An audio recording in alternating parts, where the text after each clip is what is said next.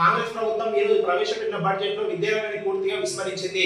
Congress party అధికారం రాగానే budget లో విద్యారంగానికి 15% నిధులు ఇస్తామని ఎన్నికల మేనిఫెస్టోలో పెట్టింది. కానీ బడ్జెట్ లో కేవలం 7% మాత్రం నిధులే విద్యారంగానికి కేటాయించి చేతులు దులుపుకుంది.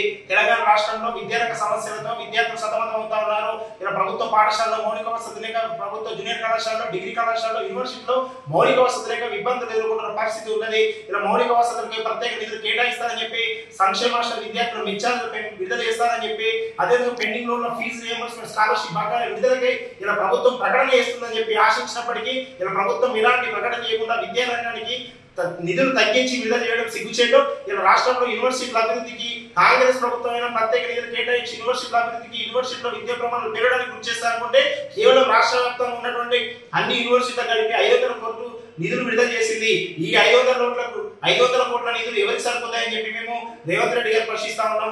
ముఖ్యంగా రాష్ట్రంలో విద్యాశాఖ సీఎం రేవంత్ రెడ్డి గారి దగ్గరే ఉంది కాబట్టి వారు విద్యాశాఖకు అధిక ప్రాధాన్యత ఇస్తారు, విద్యారంగ బలోపేతానికి చర్యలు తీసుకుంటారు, రాష్ట్రంలో విద్యారంగాన్ని ముందుకు తీసుకుపోతారని చెప్పి భావించాం. కానీ ఈ రోజు పెట్టినటువంటి నిధులు ఏమాత్రం సరిపోవు. వెంటనే బడ్జెట్ ను సవరించి విద్యారంగానికి అధిక నిధులు కేటాయించాలా, రేవంత్ రెడ్డి ప్రభుత్వం చర్యలు తీసుకోవాలి.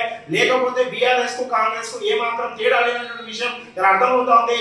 ఎన్నికల మేనిఫెస్టోలో విద్యార్థులకు ల్యాప్టాప్ ఇస్తామన్నారు, విద్యార్థులకు స్కూటీలు ఇస్తామన్నారు. కానీ వాటి మీద కూడా ఊసే లేకుండా ఇలా కాంగ్రెస్ ప్రభుత్వం ఎన్నికల మేనిఫెస్టోలు చెప్పిన దానికి విరుద్ధంగా ఇలా చేసేదానికి పొందలు లేకుండా ఇలా బడ్జెట్ చేసింది. కాబట్టి ఈ బడ్జెట్ వెంటనే సవరించి విద్యారంగానికి అధిక ప్రాధాన్యత ఇవ్వాలని చెప్పి ఏఐఎస్ఎఫ్ డిమాండ్ చేస్తా ఉన్నాం.